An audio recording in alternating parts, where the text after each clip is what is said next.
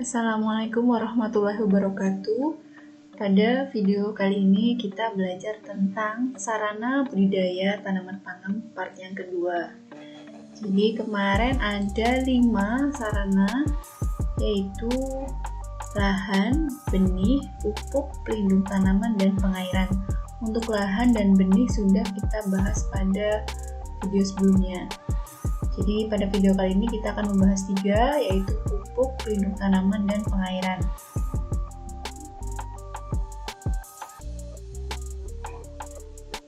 Yang pertama, pupuk atau bahan yang diberikan pada tanaman atau lahan untuk memenuhi nutrisi. Jadi sebenarnya setiap tanah itu ada nutrisinya, tapi untuk memberikan tambahan supaya semua kebutuhannya itu terpenuhi, maka diberi pupuk. Jenis pupuk ada 3, pupuk organik, anorganik, dan ada pembenah tanah.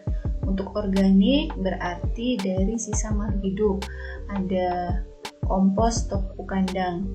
Kemudian ada anorganik dari bahan mineral seperti urea, KCl, kemudian TSP.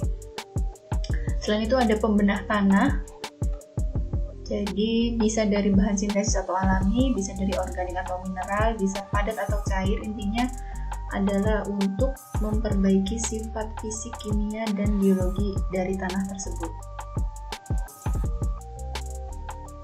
Kemudian pupuk sebenarnya diusahakan untuk memberi manfaat yang sebesar-besarnya dengan dampak yang sekecil-kecilnya. Jadi manfaatnya besar tapi dampak yang diberikan dampak negatif ya, maksudnya itu harus kecil. Ada 5 tepat dalam pemupukan. Yang pertama tepat jenis, yaitu mengandung unsur hara makro. Makro itu yang dibutuhkan dalam jumlah banyak oleh tanaman, ataupun mikro yang dibutuhkan dalam jumlah sedikit oleh tanaman tersebut sesuai kebutuhan tanaman. Jadi jenis pupuknya harus tepat. Kemudian yang kedua, tepat mutu. Jadi mutunya harus baik sesuai dengan standar. Yang ketiga, tepat waktu, diaplikasikan sesuai kebutuhan atau sesuai stadia tumbuh tanaman. Maksudnya ketika masih kecil itu pupuknya apa, kemudian ketika sudah tumbuh buah pupuknya apa. Jadi tepat pada waktu sesuai kebutuhan atau stadia atau stadium tumbuhnya. Kemudian yang keempat, tepat dosis atau jumlahnya sesuai dengan anjuran, tidak kurang maupun tidak lebih. Dan yang terakhir adalah tepat cara aplikasinya, disesuaikan jenis pupuknya, pupuk cairkah atau pupuk padatkah, kemudian disesuaikan juga dengan tanaman dan kondisi lapangan. Kemudian yang kedua adalah pelindung tanaman, dilaksanakan sesuai dengan sistem pengendalian hama terpadu, kemudian menggunakan sarana dan prasarana yang aman bagi kesehatan manusia, tidak menimbulkan gangguan dan kerusakan lingkungan hidup.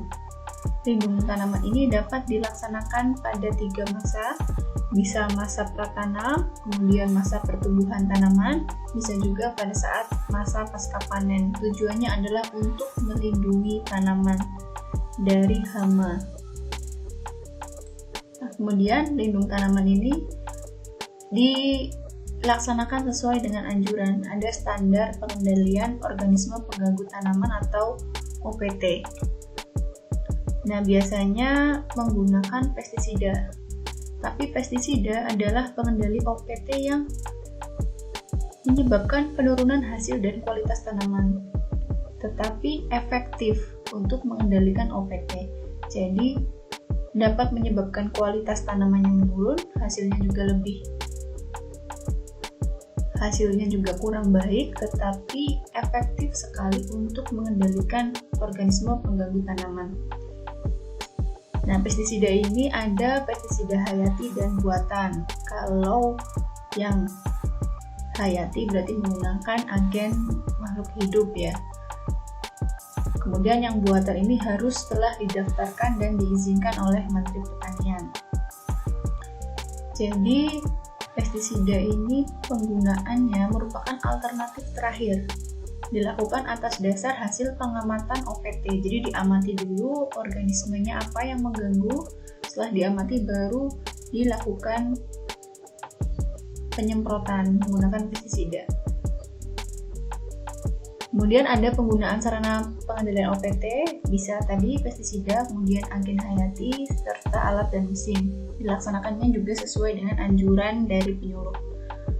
Kemudian dalam menggunakan pestisida, petani juga harus sudah mendapatkan pelatihan.